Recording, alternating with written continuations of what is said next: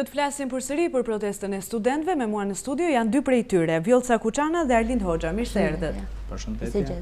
Do doja ta fillojmë këtë bisedë në fakt me inspektimin e fundit të Kryeministrit Rama në konviktet e inxhinierisë. E ndoqët dhe si u duk? Po. Ishte një ndër propagandat e radhës, cili kryeministri ka shumë e qejf të bëj, show televiziv, por ne jemi këtu sepse kemi lënë plot kohë hapësirë të gjatë kohore për të zgjidhur dhe për të dhënë zgjidhje këtyre të pikave. Tani nuk i duam një tani, një në janar apo në mars apo në qershor. I duam të gjitha pikat për një herë të na plotësohen. Ndoqa edhe unë kryeministrin, edhe unë do i bëja një ftesë që të bën një vizitë edhe tek konviktet në qytet Studenti, të shikojnë gjendjen skandaloze që janë, dhe domethënë mos bëj propagandë me show duke marrë një dhomë dhe bën propagandë, por thjesht ai duhet ta paraqes gjendjen reale. Dhe gjendja reale e konvikteve është skandaloze. Domethënë dhe jo propaganda me video 3D apo me show në tek RTV-ja, sepse studentët tashmë duhet të them edhe zotit Rama e kanë kuptuar që nuk vlen më propaganda tek ne. Mund bësh sa të duash propagandë, por tek ne nuk vlen. Të lutem, reflekto dhe bëj përmirësime reale, jo propagandë. Janë këto pamjet, na ndihmon regjia në këto çaste, shoqërohet nga një kryetari i Bashkisë Tiranës, Arbian Mazniku dhe drejtoresha e konvikteve. Janë këto pamjet, janë të servirura në fakt nga regjia e kryeministrit Rama. Vjojnë punimet, nuk është një hap i mirë teksa ka nisur protesta të nisin punimet edhe për të restauruar konviktet? Realisht është një hap shumë i mirë në këtë drejtim, edhe kjo është një nga 8 pikat tona. Dhe sikur po nis këtë hap, domethënë ta realizoj edhe 7 pikat e tjera, po duhet i vazhdoj tani sepse nuk kam më kohë të presim shumë gjatë me vite të tëra dhe mos të jetë thjesht për show apo thjesht për fasadë. Duhet të jetë diçka reale dhe me vërtet.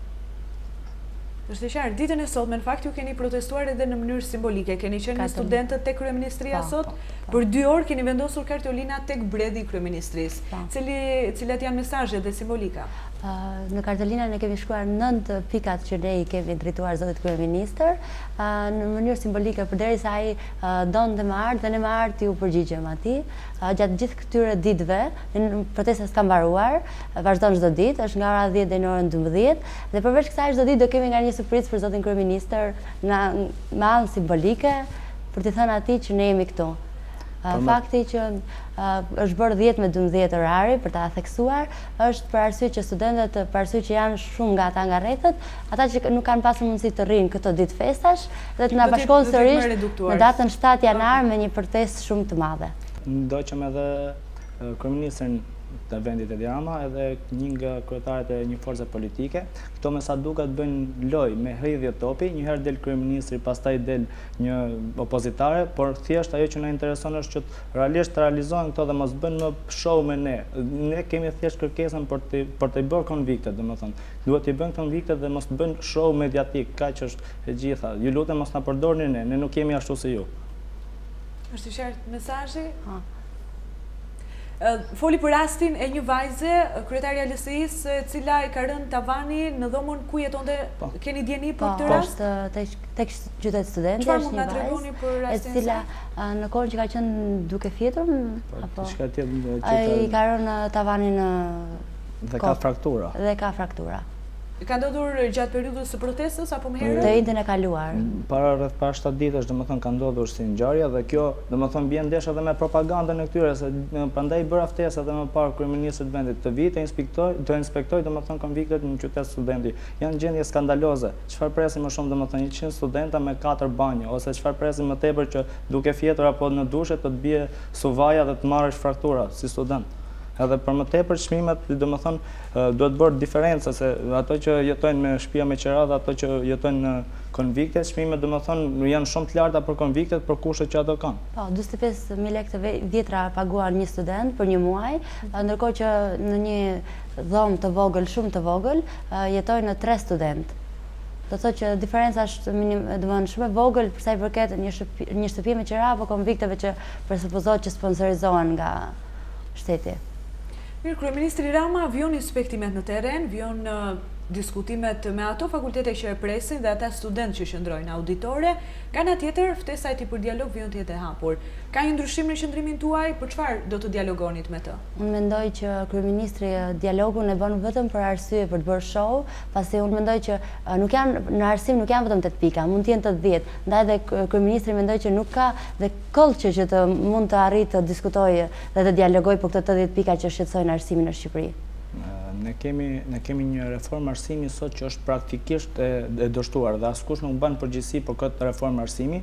Tani vjen kryeministri dhe paraqitet me nënkryetarin e Bashkisë të Tiranës për të bërë dialog. Më fal kryeministër, se unë jam si student. Duhet ketë aty ekspert për arsimin, duhet ketë ekspert për këto pikat, nuk po paragjykoj ato që qëndrojnë në dialog me kryeministrin. Shumica e studentëve i ka thënë jo dialogut, sepse janë 140.000 studentë dhe është fitoria më e madhe e studentëve që bëjnë bojkot. Domethënë ne kemi thënë jo dialogut, ai po ndërmerr hapat e tij për shkuar në çdo shkollë. E kanë thënë edhe studentë tjerë, është bërë tashmë kryeministri meme. Është bërë tashmë kryeministri meme. Çdo shkollë po e kundërshton, çdo student i vërtet po ngrihet kundër tij. Dhe ai duhet ta dëgjojë zërin e shqiptarëve, zërin e studentëve. Domethënë mos bëjmë show, mos bëjmë dialogje. Thjesht janë 8 kërkesa, tashmë u bën 9. Domethënë që është pika që nuk e din shumë persona pikën e 9. Pika 9 është për personat me aftësi të kufizuara që mos është shtuar së fundi. Ishte një lapsus i joni, tashmë është shtuar, domethënë që këto persona të trajtohen në mënyrë normale dhe mos ketë asnjë tarif kundrejt këtyre personave dhe t'u ofrohet mundësia e shkollimit. Dhe thjesht domethënë edhe kryeministri t'i lejë dialogjet, janë 8 pika të 9 pika të panegociueshme. Dhe fjala e panegociueshme është që duhet t'i plotësoj. Dhe kërkesa jonë është t'i plotësoj sa më shpejt, jo një muaj një kërkesë, një muaj një kërkesë, do bëhet si reforma në arsim. Hajtë se kemi miratuar, por nuk zbatohet. Ne kemi edhe ligjet, i kemi ajkën e Italisë, Francës, Gjermanisë, por zbatimi sa është? Ne duam thjesht zbatimin. Kaq, prandaj jemi gjithë studentët në bojkot dhe gjithë studentët në protestë. Mendoj që kryeministri nëpër universitete nuk po bën dialog. Kryeministri nëpër universitete po predikon studentët, po i tregon edukatën, kulturën dhe këto gjëra që ai po i bën gjithë secili nga studentët e tij. Dhe përveç kësaj do të shtoja që kjo është edukata, kjo është ajo që ka treguar deri më sot kryeministri dhe thjesht po kjo është bumerang. Dhe ajo që kryeministri ka treguar në gjithë këto vite, mungesë respekti, arrogancë, ka gjithë Shqipërisë dhe jo vetëm studentëve, kjo po i kthehet në një bumerang. Unë dështoja monolog, jo dialog. Nuk mund të quhet dialog kur shkon edhe flet me ato që ti ke të mirin skenuar, ose me një listë, ose me lista të caktuara, sepse unë kam qenë vetë prezent dhe nuk janë lejuar studentët që të hyjnë edhe të dialogojnë. Studentët vetëm studentët në listë. Prandaj mund ta quaja monolog, siç i bëri monologun 2 orë dhe nuk tha asgjë, me shembull nga Macroni. Foli 15 minuta dhe plotësoi shumë kërkesat francezëve, pavarësisht se ato janë përsëri protesta. Fol pak, plotëso. Është interesante në fakt ju jeni vetëm 2 në studio, keni të njëjtat kërkesa, por keni qëndrime të ndryshme. Si keni vendosur çfarë do të bëni në janar? Ne nuk jemi përfaqësues të studentëve këtu, ne jemi njëri prej tyre. Personalisht keni terma të ndryshme, mendime ndryshme, patjetër. Ne jemi këtu, në janar do diskutojmë gjithë së bashku, do vendosim të gjithë së bashku se çfarë do bëjmë. Por që do vazhdoj bojkoti i universiteteve dhe protesta patjetër. Kjo është e bukur, pjesë e ndryshimit. Ne pranojmë mendime të ndryshe. Do të marrim shembull nga ne se ne pranojmë mendime të ndryshe gjithsesi. Nga ora 10 në 12 do bëhet thjesht disa studenta për t'i çuar një mesazh me art kryeministrit ose sepse ministri arsimit ka sot sepse nuk po e kuptojmë. Nuk del nëpër media, nuk prononcohet për studentët dhe është vetëm zgjidhje t'i drejtohemi kryeministrit sepse ka marrë gjithë kompetencat edhe të ministrit të arsimit. Është funksionar apo s'është? Edhe sot drejtuam nën Kartolina, ishin të gjitha piktuar të dhuruara nga një piktor në respekt studentëve dhe ne ja bëm aq bukur dhe ja lam tek si dhuratë për Krishtlindje dhe për vitin e ri. Plotson nën kërkesat e studentëve. Kjo do ishte dhurata më e bukur për çdo student. Gjithsesi, ka edhe një ftesë tjetër kryeministrit, të bëni pjesë e portalit të bashkëqeverisjes dhe të shprehni aty shqetësimet tuaja, problematikat apo edhe ankesat. Jeni bërë pjesë e kësaj platforme? Akoma nuk e di kryeministri në ankesat tona, në kërkesat tona. Çfarë ka për dialoguar këtu? Dhe për të sqaruar, ne kemi shumë të qarta kërkesa që kemi drejtuar. Gjithë Shqipëria tashmë, nëse kryeministri nuk është informuar për këto 9 kërkesa, është absurde. Ato janë lojra fjalësh, hajde bëjmë lojra fjalësh dhe të mbajmë në tension median, ose për të kthyer lojën në favorin e tij. Ne nuk po bëjmë lojë, ne thjesht kemi kërkesat tona, nuk dim bëjmë lojra politike, nuk dim bëjmë asgjë, ne thjesht po kemi kërkesat tona si studentë. Por pakti për universitetin e quajnë kryeministri, një platformë, një draft ku reflektojnë ndryshimet ligjore për të reflektuar kështu edhe ndryshimet që kërkoni ju apo kërkesat tuaja. Ka dhëna fate të ndryshme, çfarë nuk pranoni tek ky draft i kryeministrit? Të gjitha kërkesat, 9 kërkesat për një herësh. Kemi pritur plot, nuk kemi çfarë presim akoma më shumë. Afati më i gjatë ishte vetëm për kartën studentore, në fakt ishte muaji shtator 2019, është një afat i largët për ju? Është një afat i largët. Ne ka 6 vite që kemi një premtim që karta studentore është gati.